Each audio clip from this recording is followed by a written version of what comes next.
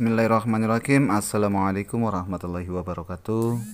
Jumpa lagi di Momo Edukasi Channel pada video pembelajaran tematik kelas 5 semester 1. Materi kita pada video pembelajaran kali ini adalah tema 1 organ gerak hewan dan manusia, subtema 2 manusia dan lingkungan di pembelajaran 2. Peserta didik sekalian, di video pembelajaran sebelumnya, kita sudah belajar tentang organ gerak manusia pada kegiatan bersepeda bini. Kali ini kalian coba amati gambar pada video pembelajaran yang saya sajikan, kemudian jawablah pertanyaan-pertanyaan berikut. Satu, kegiatan yang nampak pada gambar adalah 2. Kegiatan pada gambar termasuk permainan yang menggunakan 3. Tempat yang aman untuk melakukan kegiatan tersebut adalah, dan 4. Apa saja yang harus dilakukan sebelum melakukan kegiatan tersebut. Tentu saja kalian sudah memiliki jawaban masing-masing sesuai dengan pemahaman kalian sendiri. Permainan bola memerlukan banyak gerakan seperti berjalan, berlari, menendang, dan melempar. Hampir semua bagian tubuh aktif. Tentunya hal ini mengharuskan semua organ gerak dalam tubuh, baik itu otot ataupun tulang, bekerja dengan baik. Coba kamu amati aktivitasmu sehari-hari. Saat kita berjalan, mengapa kaki kita bisa bergerak? Mengapa juga tangan kita bisa berayun, memegang, dan menggenggam? Ya, kaki dan tangan kita bisa bergerak karena pada kaki dan tangan kita terdapat tulang dan otot. Tulang dan otot inilah yang bisa menggerakkan tangan dan kaki kita. Tangan dan otot merupakan alat gerak. Organ gerak pada hewan dan manusia memiliki kesamaan. Alat-alat gerak yang digunakan pada manusia dan hewan ada 2 macam, yaitu alat gerak pasif berupa tulang dan alat gerak aktif berupa otot. Kedua alat gerak ini akan bekerja sama dalam melakukan pergerakan sehingga membentuk suatu sistem yang disebut sistem gerak. Peserta didik sekalian, coba kita amati bersama kerangka manusia berikut ini.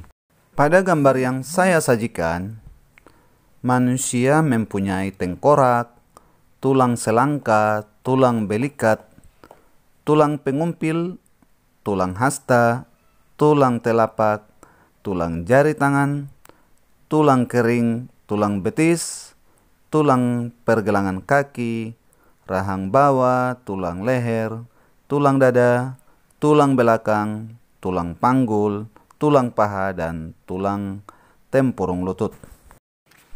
Tubuh manusia terdiri atas beberapa tulang. Untuk menambah pemahamanmu tentang organ gerak manusia yang berupa tulang, saya akan menyajikan beberapa buah gambar tulang beserta fungsi-fungsinya. Tulang hasta atau ulna adalah tulang panjang di bagian medial lengan bawah, terletak sejajar dengan tulang pengumpil atau radius. Fungsi tulang hasta adalah memungkinkan sendi pergelangan tangan untuk bergerak dan berputar.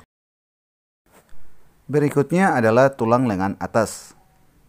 Tulang lengan atas atau humerus adalah tulang panjang di lengan atas yang terletak antara bahu dan siku. Terletak di antara tulang belikat dan radius ulna atau tulang pengumpil hasta, di antara sendi, siku, dan bahu. Fungsi tulang lengan atas adalah 1. Mendukung banyak fungsi lengan. misalnya kegiatan fisik dan mengangkat. 2. Sebagai fondasi untuk memasukkan banyak otot, seperti deltoid, pectoralis mayor, dan lain. 3. Di lengan atas, arteri brachialis bercabang menjadi beberapa arteri, mendistribusikan darah beroksigen dari paru-paru dan jantung. Tulang pengumpil. Tulang pengumpil atau radius adalah tulang lengan bawah yang menyambungkan bagian siku dengan tangan di sisi ibu jari. Terletak di sisi lateral tulang hasta atau ulna. Bentuk badan tulang pengumpil semakin ke bawah semakin membesar, yang akan membentuk persendian pergelangan tangan. Fungsi tulang pengumpil adalah mendukung dan memberi bentuk susunan pada lengan. Tulang pergelangan tangan. Tulang pergelangan tangan atau paralel adalah sambungan antara lengan bawah dan telapak tangan. Pergelangan tangan yang ada dasarnya adalah dua baris kecil pendek tulang, disebut carpals. Fungsi tulang pergelangan tangan untuk membentuk sebuah rumah di sekitar sendi engsel. 2. Untuk memfasilitasi posisi tangan yang efektif. Dan yang ketiga, meningkatkan kebebasan gerak di pergelangan tangan. Tulang telapak tangan. Tulang telapak tangan, metacarpals, adalah tulang panjang di dalam tangan yang berhubung ke tulang pergelangan tangan, paralel, dengan tulang jari, falang. Metacarpal bersama-sama disebut sebagai metacarpus. Bagian atas metacarpals membentuk buku-buku jari tempat mereka bergabung ke pergelangan tangan. Fungsi tulang telapak tangan antara lain: 1. Salah satu organ gerak manipulasi keterampilan pada manusia. 2. Sebagai pemberi bentuk tangan. Ketiga, penghubung tulang jari phalanges dengan tulang pangkal tangan carpals. 4. Untuk membentuk knuckles, buku jari yang dibentuk saat mengepalkan tangan. Dan yang kelima, tempat menempelnya otot, contohnya otot lumbricals. Tulang paha. Tulang paha adalah bagian tubuh terbesar dan tulang terkuat pada tubuh manusia. Fungsi tulang paha antara lain: 1. Menghubungkan tubuh bagian pinggul dengan lutut. 2. Membentuk sendi panggul. Dan yang ketiga, membentuk sendi lutut. Berikutnya, tulang kering. Tulang kering atau tibia merupakan tulang terbesar kedua dalam tubuh manusia dan lebih kuat. Dapat ditemukan di sebelah fibula. Tulangnya berbentuk pipa dan terletak di bawah lutut pada vertebrata. Fungsi tulang kering antara lain: 1. Menghubungkan lutut dengan tulang pergelangan kaki. 2. Berisi sumsum merah yang kaya akan darah merah. Dan yang ketiga, menopang sebagian besar berat seseorang saat berdiri. Tulang betis. Tulang betis atau fibula adalah tulang bagian belakang bawah dari tungkai. Beberapa otot lainnya yang lebih kecil menempel pada lutut, pergelangan kaki, dan jari-jari kaki. Fungsi tulang betis adalah: dalam sistem otot, fungsi betis menghubungkan dengan ruangan belakang tungkai. Berikutnya, tulang pergelangan kaki. Tulang pergelangan kaki atau talus adalah tulang yang terdiri dari ujung-ujung tulang kering serta tulang betis dan tumit. Tulang-tulang itu disatukan oleh ligamen yang cukup kuat sehingga membentuk sendi. Fungsi tulang pergelangan kaki adalah memungkinkan manusia untuk berjalan, berlari, melompat, dan aktivitas lainnya. Berikutnya, tulang telapak kaki. Tulang telapak kaki atau pelantar adalah bagian bawah kaki manusia. Telapak kaki memiliki sejumlah lipatan yang terbentuk selama embryogenesis dan mengandung lapisan kulit paling tebal pada tubuh manusia karena bobot yang terus bertumpu di atasnya. Fungsi tulang telapak kaki antara lain menstabilkan lengkungan kaki dan memberikan penyerapan goncangan ketika kaki menyentuh tanah. Dan yang terakhir, tulang jari kaki. Tulang jari kaki adalah kumpulan tulang seperti piramida yang membentuk lengkungan kaki. Ini termasuk 3 tulang runcing, tulang berbentuk kubus, dan tulang navikular. Kaki belakang membentuk tumit dan pergelangan kaki. Kaki depan berisi 5 jari atau falang dan 5 tulang yang lebih panjang, metatarsal. Fungsi tulang jari kaki adalah untuk menjaga keseimbangan tubuh. Fungsi organ gerak manusia sangat banyak. Hampir semua aktivitas manusia tidak bisa terlepas dari organ gerak. Berbagai aktivitas dapat kita lakukan dalam kehidupan sehari-hari. Semuanya itu tidak terlepas dari karunia Tuhan Yang Maha Esa yang memberikan kelengkapan dan kesempurnaan fungsi bagian-bagian tubuh kita. Sudahkah kamu bersyukur atas itu semua? Bagaimana caramu bersyukur? Mari membaca kisah inspiratif berikut ini.